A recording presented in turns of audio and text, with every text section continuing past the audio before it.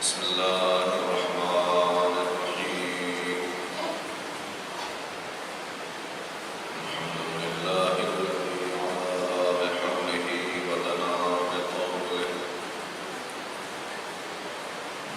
مانح كل غنيمة وفضل كاشف كل عظيمة وهزل أحمده على عاتق كرمه وسوابغ نعمه وأؤمن به أولا باديا وأستهديه قريبا هاديا وأستعينه قاهرا قادرا وأتوكل عليه كافيا ناصرا والصلاة والسلام على أمين وحيه وخاتم رسله وبشير رحمته ونذير نقمته سيد الأولين والآخرين أبي القاسم محمد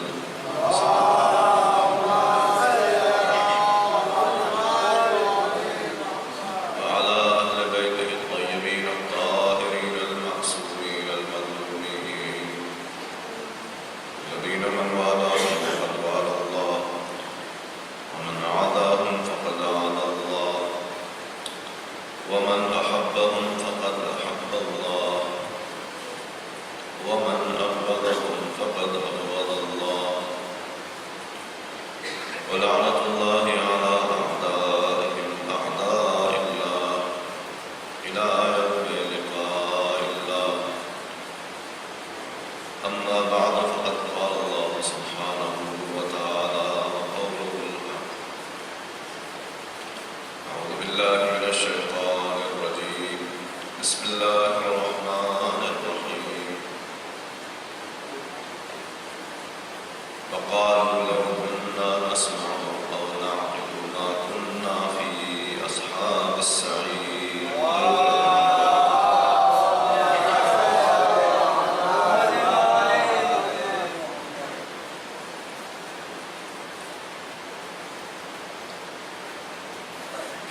زحمت نہ ہو تو ابھی تھوڑا تھوڑا آگے سے مٹائیے آگے بعد میں آواز بلند سلوا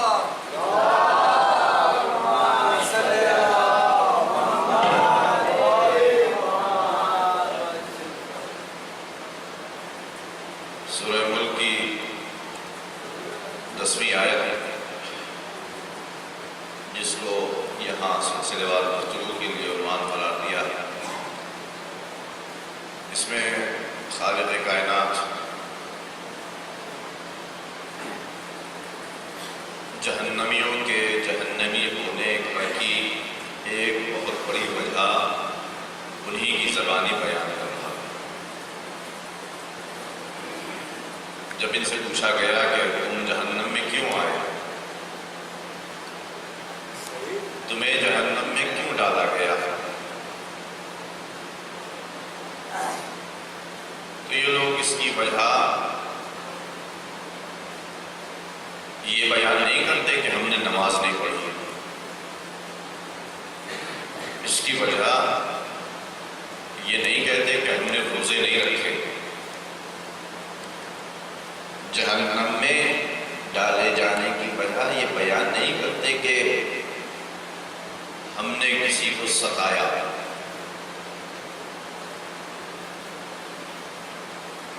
جہنم میں آنے کا سبب یہ بیان نہیں کرتے کہ ہم نے کسی کا قتل کیا.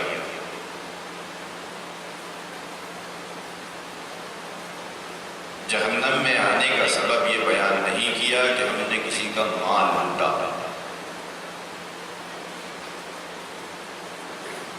جہنم میں آنے کے لیے انہوں نے یہ وجہ نہیں بتائی کہ ہم نے ہمیشہ جھوٹ بولا. یہ جو چھوٹی چھوٹی باتیں ہمارے درمیان رائج ہیں، ان تمام چیزوں کو انہوں نے کسی چیز کو بھی عنوان بنا کر اپنے جہنم میں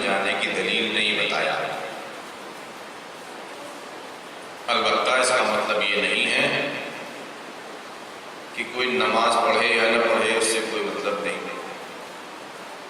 کوئی روزہ رکھے نہ رکھے سب برابر ہے، کوئی کسی کو ستائے یا نہ ستائے سب برابر ہے، کوئی کسی کا مال لوٹے کھسوٹے سب برابر ہے۔ اس کا مطلب ہرگز یہ نہیں ہے۔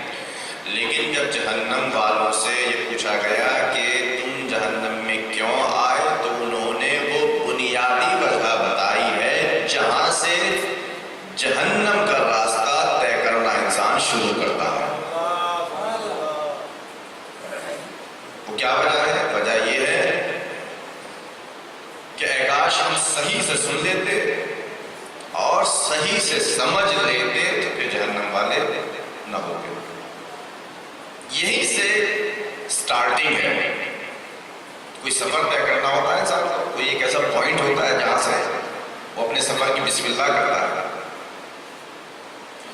تو یہ سفر زندگی کا جب انسان طے کر رہا ہے تو اس سفر کے طے کرنے میں جو بھی قدم وہ اٹھا رہا ہے وہ قدم اگر صحیح اور حق پر ہے تو جنت کی طرف جا رہا ہے،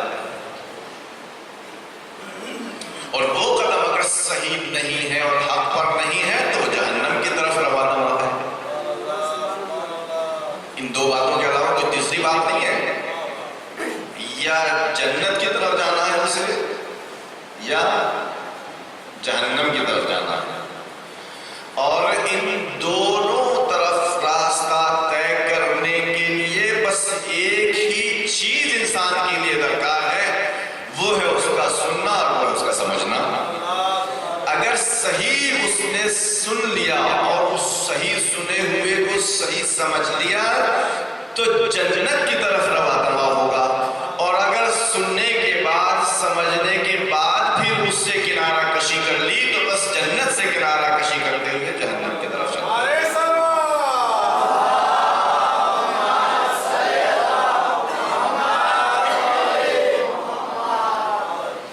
اور جب اگر سنے گا نہیں صحیح سے یا سمجھے گا نہیں صحیح سے یا سمجھنے کے بعد بھی اس کو اگنور کر دے گا تو راستے میں جو کھائیاں پڑیں گی اس کے آخر انجام تو جہنم ہوگا۔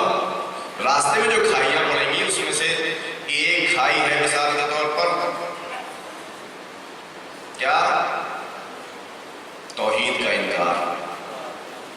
دوسری کھائی ہے عدل الہی کا انکار۔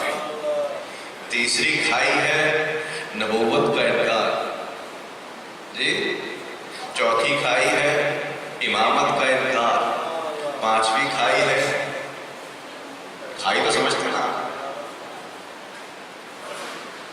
یا کنواں کہتے ہیں، کھائی سمجھ میں آتا ہے نا۔ اب میں بہرحال علاقے کا فرق ہو جاتا ہے، کبھی ہو سکتا ہے میری زبان پر یہ کھائی آ رہا ہے آپ کی، اس لیے میں نے پوچھ رہا تھا آپ سے۔ پانچویں کھائی ہے قیامت کا انکار۔ ہاں، کس نے دیکھا بھائی، کس نے دیکھی قیامت؟ قیامت کیا چیز ہے؟ یہی زندگی ہے، یہی کھاؤ پیو عیش کرو موج کرو، مر کے پھر کس کو کیا پتا کون کہاں گیا، انکار کر دیا۔ یہ جو بنیادی بہت بڑی بڑی کھائیاں ہیں، یہ والی جو ہے 5 اصول دین جن کو کہتے ہیں، اس کے بعد فروع دین والی کھائیاں ہیں، یہ سب جہنم کے راستے پر ہیں۔ نماز نہیں پڑھتے، ایک کھائی یہ بھی ہے۔ روزے نہیں رکھتے، یہ بھی کھائی ہے۔ پیسہ ویسا بہت اکٹھا ہو گیا، بہت نہ پوچھیں، اقول سمپتی کے مالک، حج واجب ہو گیا، ہمارا حج تو کربلا ہے۔ یہ نہیں پتا کہ کربلا والے خود پیدل کتنی بار حج کیا کرتے تھے، یہ نہیں معلوم کہ کربلا والے خود کتنی بار پیدل حج کیا کرتے تھے۔ ہر امام کی زندگی میں ملے گا کہ انہوں نے کسی نے 10 بار، کسی نے 15 بار، کسی نے 25 بار پیدل اپنی زندگی میں حج کیا ہے۔ اور ہمارے زمانے کا امام تو ہمیشہ حج میں حاضر رہتا ہے۔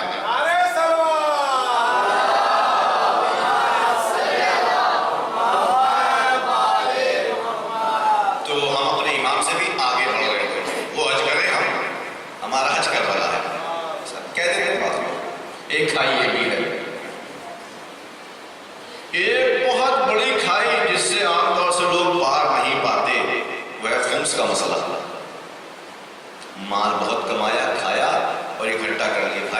دے دو، میں نے خود محنت کر کے کمایا ہے، اب میں کیوں دے دوں؟ خمس کیا ہے؟ کچھ بھی تو نہیں ہے۔ آپ دنیا بھر میں ٹیکس لیتے ہیں، نہ دیں گے تو گورنمنٹ لے گی آپ سے، کوئی جی ایس ٹی لگا کر، آپ نہ دیں گے وہ لے گی۔ اور مزے کی بات یہ ہے کہ جو آپ یہاں دنیا میں کسی کو بھی ٹیکس لیتے ہیں، وہ ٹیکس دیا اور چلا گیا، مگر خمس ایک ایسا شرعی ٹیکس ہے کہ آپ نے وہ دیا نہیں کہ ادھر مال میں برکت مزید ہونی شروع ہوگی۔ خمس دیا ہوا مال کبھی ڈوبتا نہیں ہے، نہیں ڈوبتا۔ لیکن اب اس کو کون سمجھایا کہ بھائی جو خمس ہے، مثال کے طبی 5 حصے ہوتے ہیں مال کے، اس میں سے صرف 1 حصہ آپ کو ٹیکس کے طور پر دینا ہے اور 4 آپ کے اپنے ہیں، سیونگ ہی تو ہے آپ کی، اور وہ بھی سیونگ ایسی کہ جو گارنٹیڈ سیونگ ہے، اس کو کوئی ہاتھ نہیں لگا سکتا، اس پر کسی چوری کی نظر نہیں آ سکتی، اس میں بے برکتی نہیں ہو سکتی۔ اور یہ بھی عجیب بات ہے کہ یہ ہم لوگ غاصبوں پر لعنت کرنے کا اپنے آپ کو بڑا حقدار سمجھتے ہیں، کرتے کہ نہیں کرتے؟ اگر ابھی غاصبوں کا تذکرہ آ جائے تو آپ لعنت کریں گے کہ نہیں کریں گے؟ دل کھول کر لعنت کریں گے غصب کرنے والوں پر، اور کرنا بھی چاہیے۔ اللہ نے جب لعنت بھیجی ہے، رسول نے جب لعنت بھیجی ہے، ملائکہ نے لعنت بھیجی ہے، مومنین لعنت بھیجتے ہیں، تو ہم بھی لعنت بھیجتے ہیں، ایک مسلم موضوع ہے۔ تو غاصب پر لعنت بھیجنی چاہیے، لیکن جب بات خمس کی آتی ہے تو یہی انسان جو دوسرے غاصبوں پر لعنت بھیجنا اپنا فرض سمجھتا ہے، یہ جو خمس کا مال اس نے خود غصب کیا ہوا ہے، یہاں آ کر اپنے آپ کو اس کا حقدار سمجھتا ہے کہ یہ مال میں نہ دوں بلکہ اپنے پاس محفوظ رکھوں۔ ٹھیک ہے، ایک کھائی یہ بھی ہے، ایک کھائی زکوٰۃ کی ہے، ایک کھائی امر بالمعروف کی ہے، نیکی کا حکم دینا، ایک کھائی برائی سے روکنے والے کی ہے۔ امر بالمعروف یعنی سچائی اچھائی کا حکم دیجیے، یہ مومنین کے اوپر فرض ہے اللہ کی طرف سے کہ ایک دوسرے کو اچھائی کی طرف دعوت دیتے رہیں، ایک دوسرے کو نیکیوں کا حکم دیتے رہیں، ایک دوسرے کو نیکی کرنے میں مدد کرتے رہیں۔ اور اسی طرح سے دوسرا حق یہ ہے کہ لوگ ایک دوسرے کو، مومنین ایک دوسرے کو برائیوں سے روکتے رہیں۔ ایسا نہ ہو کہ کوئی مومن برائیوں کا تو حکم دے، اچھائیوں سے روکے۔ یہ ایک بہت بڑی کھائی ہے۔ ایک اور کھائی ہے تولا کی، اور پھر اس کے بعد آخری کھائی ہے تبرہ کی۔ تولا اور تبرہ، تولا یعنی جو اللہ کے ولی ہیں ان کو اپنا ولی جاننا اور ان سے محبت کرنا، تبرہ یعنی جو اللہ کے دشمن ہیں ان سے دشمنی کا اظہار بھی کرنا اور ان سے کنارہ کشی اختیار کرنا۔ اب یہاں پر انسان الٹا کر دے، جو اللہ کے ولی ہیں ان سے محبت نہ کرے، جو اللہ کے دشمن ہیں ان سے انسان محبت کرے، تو یہ اتنی بڑی کھائی ہے کہ انسان ان تمام کھائیوں سے نجات اگر اس کو مل بھی جائے، مگر یہاں آ کر وہ گچا کھا جاتا ہے اور اس کے اندر ایسا جاتا ہے کہ پھر اس سے نجات اس کی ممکن نہیں ہوتی۔ یہ چھوٹی چھوٹی کھائیاں ہمارے زندگی میں، مگر جب جہنم والوں سے پوچھا گیا کہ بھائی آپ کو جہنم میں کیوں لایا گیا؟ جہنم میں کوئی جاتا نہیں ہے، اس کو لے جایا جاتا ہے۔ کوئی جاتا نہیں ہے، لے جایا جاتا ہے۔ ایک مولانا نے ممبر سے ایسے ہی گارنٹی لے کر کہا کہ میں خود گارنٹی لیتا ہوں، یہ گارنٹی میں بھی لے سکتا ہوں، یہ گارنٹی لیتا ہوں کہ آپ میں سے کوئی ایک بھی جہنم میں نہیں جائے گا۔ آپ سب کی گارنٹی میرے اوپر ہے کہ کوئی جہنم میں نہیں جائے گا۔ ہاں اتنا ضرور ہے کہ ملائکہ جہنم ہو سکتا ہے کہ آپ کو جہنم لے جائیں، جائے گا تو لیکن لے جایا جائے گا۔ اسی لے جانے کے لیے کہ اے کاش ہم میں سے کسی ایک انسان کو بھی ملائکہ کے ساتھ جہنم میں لے جائیں تو کیا کریں، اتنا سا کام کرنا ہے کہ صحیح سے سنیں اور صحیح سے سمجھ کر اس پر عمل کرنے کی کوشش کریں۔ جب یہ کام ہماری زندگی میں آ جائے گا تو پھر اب ملائکہ عذاب، جو ملائکہ عذاب کے لیے بھیجے جائیں گے وہی ملائکہ ہمارے لیے رحمت الہی لے کر آئیں گے، وہی ملائکہ ہے۔ یہ کیسے پاسبل ہے؟ کیا جو عذاب کے لیے آیا ہو وہی رحمت کا فرشتہ ہمارے لیے بن جائے؟ توجہ کیجیے گا، مرحوم آیت اللہ العظمیٰ ایک صلوات پڑھ دیجیے محمد والے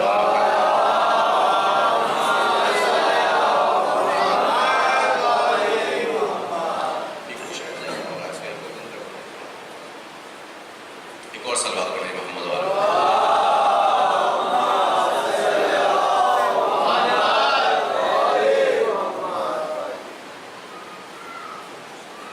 بڑا عجیب واقعہ ہے، آپ کے لیے بشارت بھی ہے۔ جو فرشتہ عذاب کا فرشتہ بن کے آ رہا ہے وہی فرشتہ رحمت کا فرشتہ بھی بن سکتا ہے۔ مسئلہ بس اتنا ہے کہ وہ کس کے لیے آ رہا ہے۔ آپ نے سنا ہوگا کہ جب انسان کو قبر میں لٹا دیا جاتا ہے تو دو فرشتے آتے ہیں اس سے سوال پوچھنے کے لیے۔ کیا نام ہے ان کا؟ منکر اور نکیر۔ منکر اور نکیر، ان کے بارے میں عام طور سے یہ ملتا ہے روایت میں، جب یہ فرشتے آتے ہیں، دونوں فرشتے آتے ہیں تو دور سے جب آنا شروع کرتے ہیں تو دیکھنے والا وہ مردہ جو وہاں ہم جسے مردہ سمجھ رہے ہیں، وہ مردہ جب ان فرشتوں کو دیکھتا ہے تو ان کی دونوں کی آنکھیں لال، پورا بدن آگ کا بنا ہوا، زبان سے بھی ان کی آگ نکل رہی، کان سے بھی ان کی آگ نکل رہی، پورا وجود ہی آگ کا۔ یہ منکر و نکیر آ رہے ہیں، بہت غیظ اور غضب میں آ رہے ہیں۔ اب انسان تنہائی کے عالم میں ان دونوں فرشتوں کو دیکھ کر اس کا کیا ہوتا ہے؟ حواس اس کے اڑ جاتے ہیں، اب اس کا ذہن کام نہیں کرتا، اسے سمجھ میں نہیں آتا میں کیا کروں، اس لیے کہ جن جن کے لیے اس نے دنیا میں جہاں فشانی کی تھی وہ سب اس کو چھوڑ کر اکیلے چلے گئے۔ اب یہ ہے اور اس کا عمل ہے، اب یہ ہے اور اس کا عقیدہ ہے، باقی سب چھوڑ کر اس کو چلے گئے۔ ایسے ہی ایک مجتہد اور ایک عالم گزرے، انہوں نے دیکھا کہ فرشتے آ رہے ہیں، اب ظاہر ہے کہ انہوں نے ایسے فرشتوں کو کبھی دیکھا ہی نہیں تھا، آتشی فرشتے، آگ لگی ہوئی ہے ان کے اندر، پورا وجود آگ کا ہے، دور سے ہی ہیٹ محسوس ہونے لگی ان فرشتوں کی آگ کی۔ لیکن چونکہ ایک عالم تھے، فقیہ تھے، زندگی بھر انہوں نے اچھے عمل کیے تھے، لہٰذا ان کے ذہن میں یہ بات وہاں پر آئی۔ دیکھیے یوں ہی نہیں آ جاتی ہیں یہ باتیں، اس کے لیے ہم نے چونکہ زندگی بھر زمین ہموار کی ہے تب یہ چیز وہاں پر ہمارا ساتھ دیتی ہے۔ توجہ کیجیے گا، ان کے ذہن میں یہ بات آئی کہ جن اماموں کو ہم نے پوری زندگی اپنے لیے داد و فریاد کے لیے پکارا تھا، وہ امام خالی دنیا میں فریاد رسی کے لیے تھوڑے ہی تھے، یہاں بھی تو وہ شفاعت کر سکتے ہیں، بس ایک مرتبہ آواز دی، یا امام غریب، امام رضا کو آواز دی۔ ان فرشتوں کو دیکھ کر امام یاد آ گئے۔ اب یہ فرشتے جیسے ہی نزدیک آئے، دیکھا پیچھے سے ایک نورانی شخصیت چلی آ رہی ہے، ایک نورانی شخصیت چلی آ رہی ہے۔ جیسے جیسے وہ نورانی شخصیت نزدیک ہوتی ہے ویسے ویسے فرشتے پیچھے ہٹتے چلے جاتے ہیں اور ایک فاصلے پر جا کر رک گئے۔ اب اس نورانی شخصیت نے آ کر اس عالم دین سے احوال پرسی کی، سلام کیا، حال پرسی کی، پوچھا حال چال تمہارا کیسا ہے فلاں۔ اس عالم دین نے دستے ادب جوڑ کر پوچھا، یہ فرمائیے کہ آپ ہیں کون؟ توجہ کیجیے گا، یہ بتا دیجیے کہ آپ ہیں کون؟ اس غریبی کے عالم میں آپ نے میری بڑی مدد کی، اس تنہائی کے عالم میں آپ نے مجھے نجات دے دی، آپ ہیں کون؟ میں آپ کو پہچانا نہیں، کہا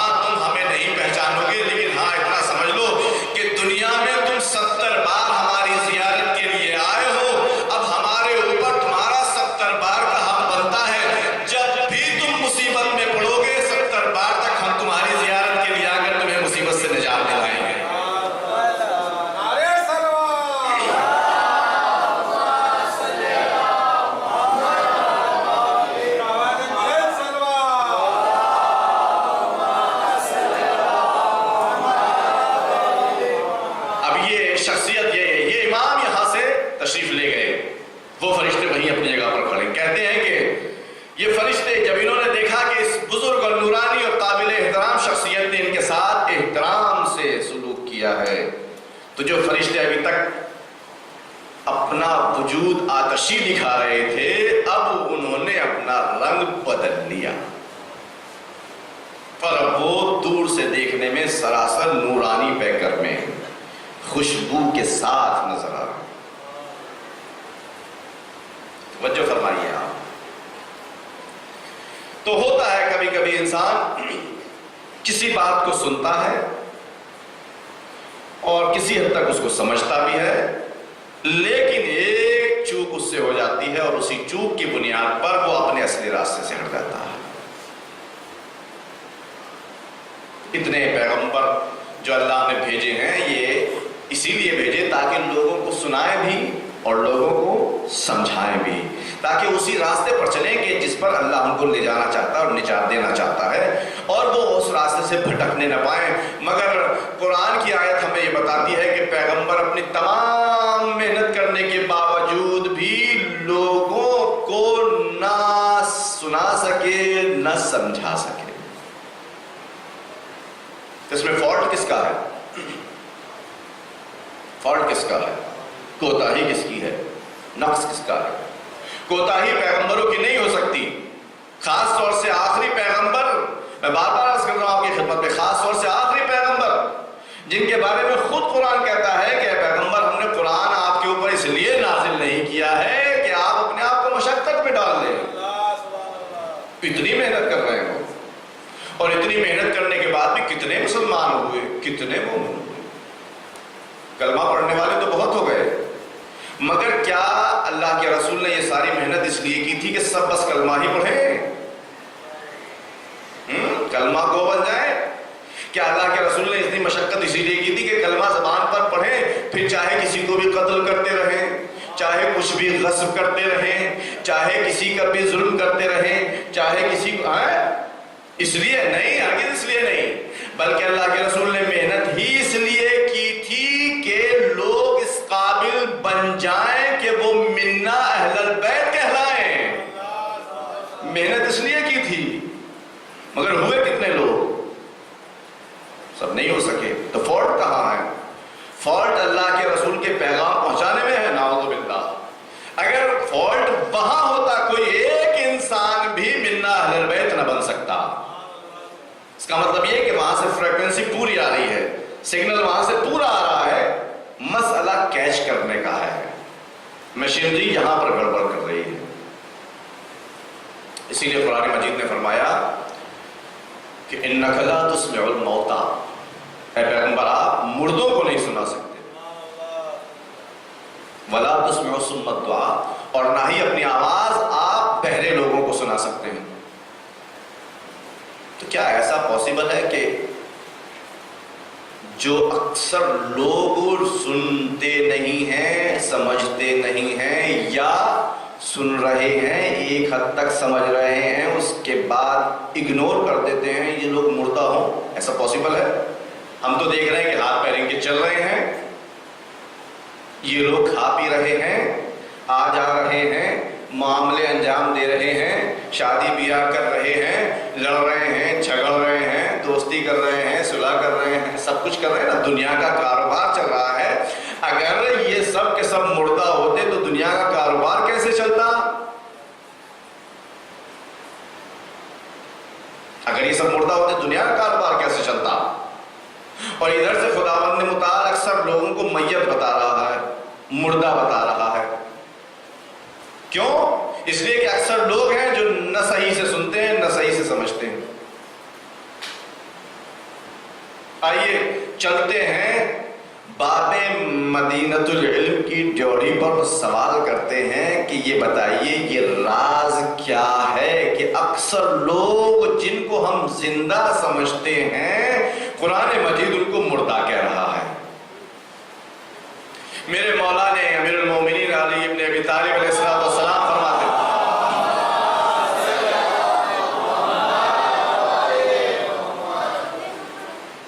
الروح حیات البدن، روح انسان کے بدن کی زندگی کا سبب ہے۔ روح، یہی روح نکل جاتی ہے انسان مر جاتا ہے، یہی روح بدن میں پڑ جاتی ہے انسان زندہ ہو جاتا ہے۔ لیکن کیا یہیں پر کافی؟ اتنا ہی؟ اس کے بعد کسی اور چیز کی ضرورت نہیں ہے؟ یقیناً ضرورت ہے۔ چھوٹی سی مثال، آپ نے چھوٹے چھوٹے بچوں کو دیکھا ہوگا جو ابھی بدن مادر سے پیدا ہوئے ہیں، کتنے چھوٹے بچے ہوتے ہیں، ان کے اندر روح پائی جاتی ہے کہ نہیں پائی جاتی؟ جی ہاں پائی جاتی ہے۔ زندہ ہے کہ نہیں ہے؟ جی ہاں ہے زندہ۔ کیا آپ ان کو سنا سکتے ہیں؟ جی سنا سکتے ہیں۔ کیا آپ ان کو سمجھا سکتے ہیں؟ ہم سنا دیں گے، سمجھا بھی دیں گے، ہمارا فالٹ نہیں ہے۔ توجہ کیجئے گا، ہم سنائیں گے بھی، سمجھائیں گے بھی، لیکن کیا وہ سن بھی لے گا اور سمجھ بھی لے گا؟ جی سنے گا بھی وہ، سمجھے گا بھی وہ، لیکن اسے یہ بات سمجھ میں نہیں آئے گی کہ میں نے سنا بھی اور سمجھا بھی۔ جی اگر نہ وہ سنتا نہ وہ ایک حد تک سمجھتا تو ہمیں یہ حکم نہ دیا جاتا کہ جیسے ہی وہ دنیا میں آئے اس کے ایک کان میں اذان کہہ دو، دوسرے کان میں اقامت کہہ دو۔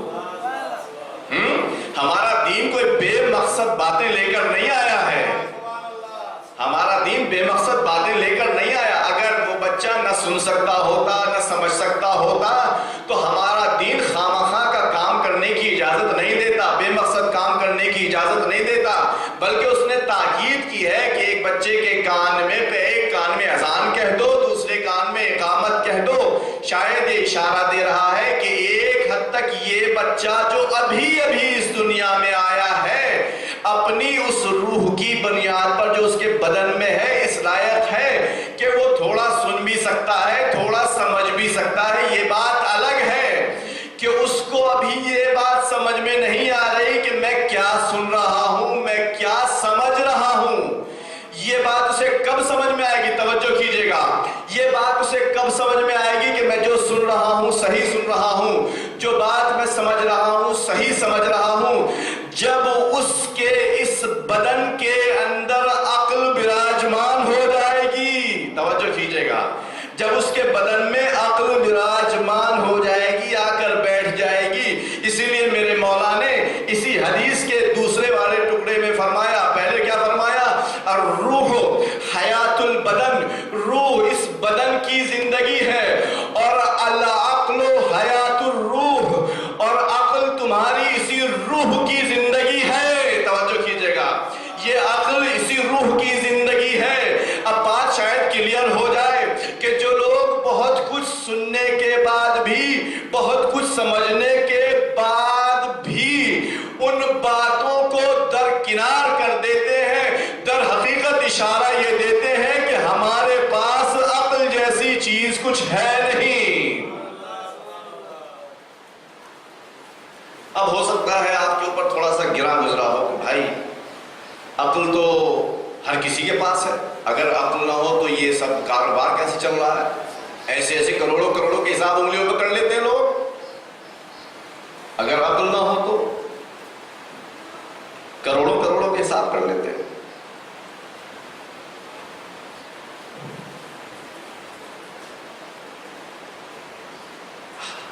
حیات بدن کے لیے کیا ضروری ہے؟ روح، وہ ہم سب کے پاس ہے، اور اسی روح کی زندگی کا نام کیا ہے؟ عقل۔ اگر بدن سے روح نکل جائے تو بھی انسان مردہ ہے، اور روح سے عقل کو لے لیا جائے تو بھی انسان مردہ ہے۔ یہ جو حضور سے، پیغمبر سے اللہ نے فرمایا ہے کہ اے حبیب آپ مردوں کو نہیں سنا سکتے، تو یہ ان مردوں کی بات نہیں ہے جن کے بدن میں روح نہیں ہے، یہ بات ان مردوں کی ہے کہ جو روح رکھتے ہوئے زندگی بسر کر رہے ہیں، مگر اپنی روح کو انہوں نے کسی بنیاد پر مار لیا ہے اور اپنی عقلوں سے کام نہیں لیتے۔ بات آگے بڑھے گی تو انشاءاللہ مزید آپ اس لیے واضح ہو جائے گی۔ یہ عقل ہے کیا چیز؟ آپ کہتے ہیں کہ الحمدللہ ہر انسان کے پاس عقل ہے، اور اسی عقل کی بنیاد پر وہ حساب کتاب کرتا ہے، اپنے زندگی بھر کے امور اسی عقل کی بنیاد پر دیکھتا ہے۔ اگر عقل نہیں تھی اس کے پاس تو کیسے کیسے کمالات انسان دکھا رہا ہے آج۔ کیا کبھی کسی زمانے میں کسی انسان نے یہ سوچا تھا کہ یہیں بیٹھ کر وہ 7 سمندر پار کے کسی ملک کا نظارہ کر سکے؟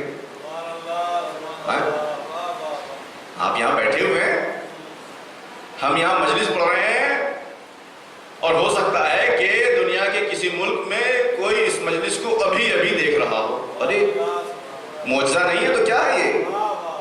اور یہ معجزہ اگر عقل نہ ہوتی انسان کی تو بغیر عقل کے کیسے ممکن تھا؟ عقل ہے تبھی تو یہ معجزہ ہوا، بغیر انسان نے یہ معجزہ دکھایا۔ جی بہت آسان ہو گیا، آپ یہاں بیٹھے ہوئے، آپ نے چاروں طرف سے کسی کو اطلاع نہیں دی ہے کہ میں کہاں بیٹھا ہوں، لیکن کچھ لوگ ایسے بھی ہیں جن کو یہ پتا ہے کہ آپ کہاں بیٹھے ہوئے ہیں، آپ کیا دیکھ رہے ہیں، آپ کیا سن رہے ہیں، آپ کیا کہہ رہے ہیں، وہ ان سب کو ہی پتا ہے آپ اس ٹائم کس کام میں مصروف ہیں۔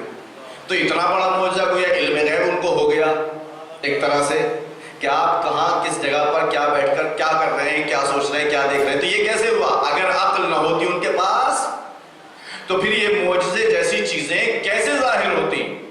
آپ نے بڑی عجیب بات کر دی، مولانا کہہ رہے ہیں ان کے پاس عقل ہی نہیں ہے۔ تھوڑی سی میں وضاحت کرنا چاہوں گا، اس کے بعد پھر بات آگے بڑھ جائے گی۔ دیکھیے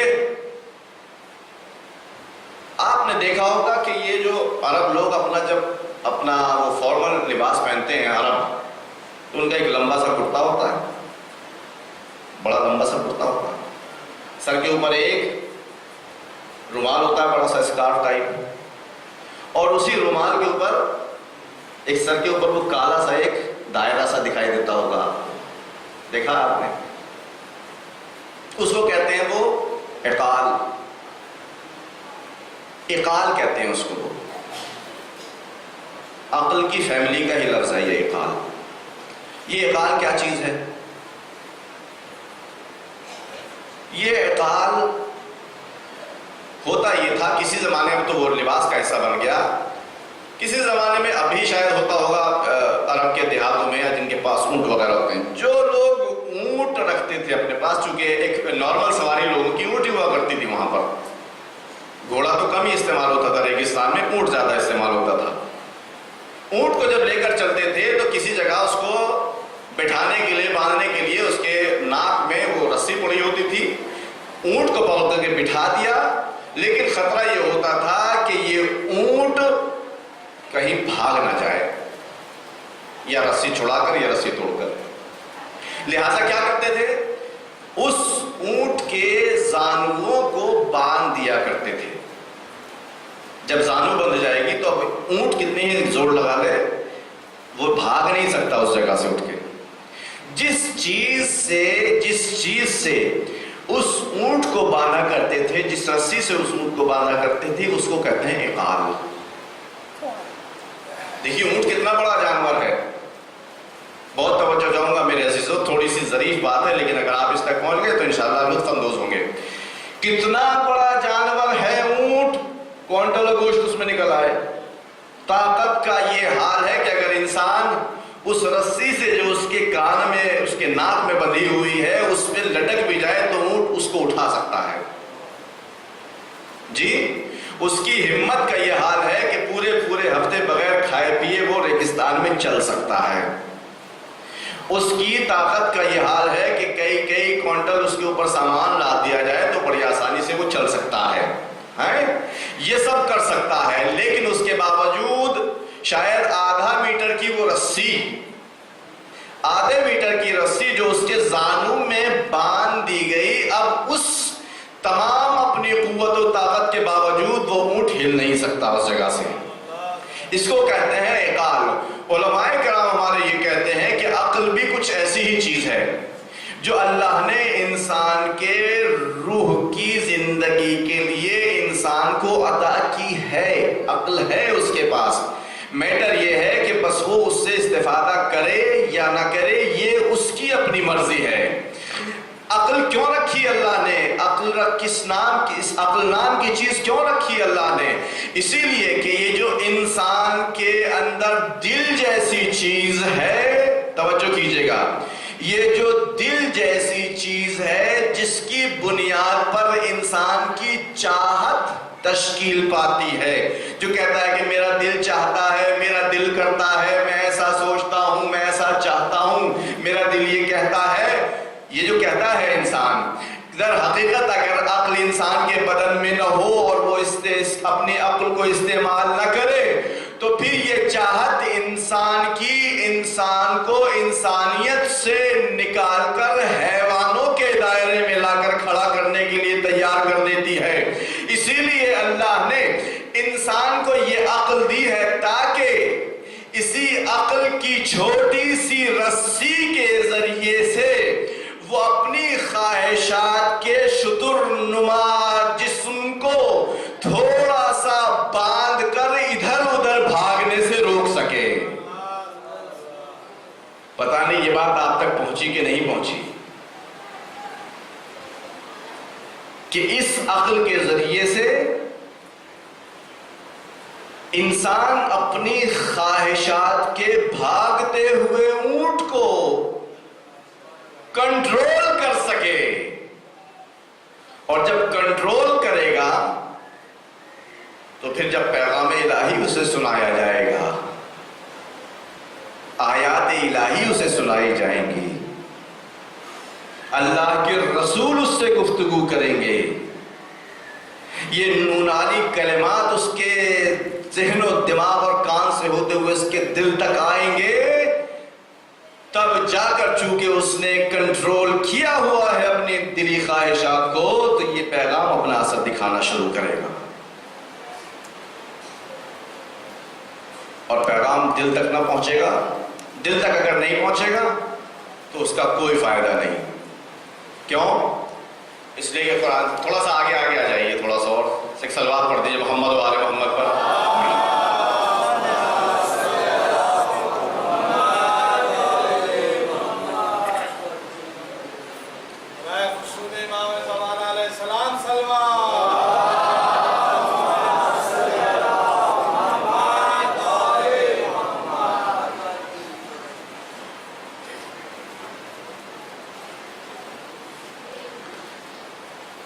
آپ حضرات کو آگے آنے میں اتنا تکلف کیوں ہے آخر؟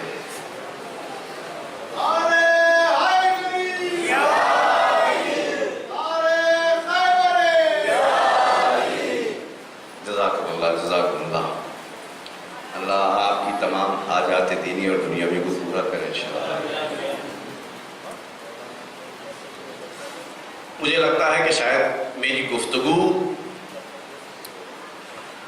اس لائق نہ تھی کہ آپ کے اندر کچھ حرکت پیدا کرے، تو آپ وہیں جمے رہ گئے جہاں آپ تھے۔ ایک صلوات پڑھ دیجئے محمد و آل محمد پر۔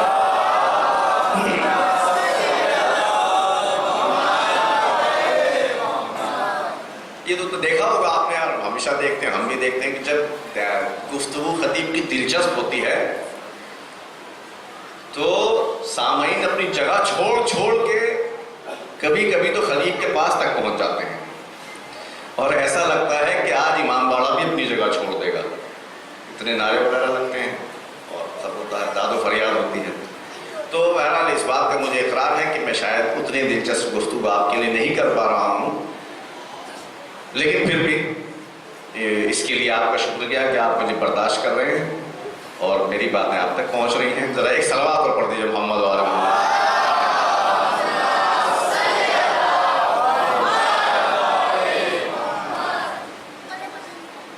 تو اللہ نے عقل رکھی کس لیے؟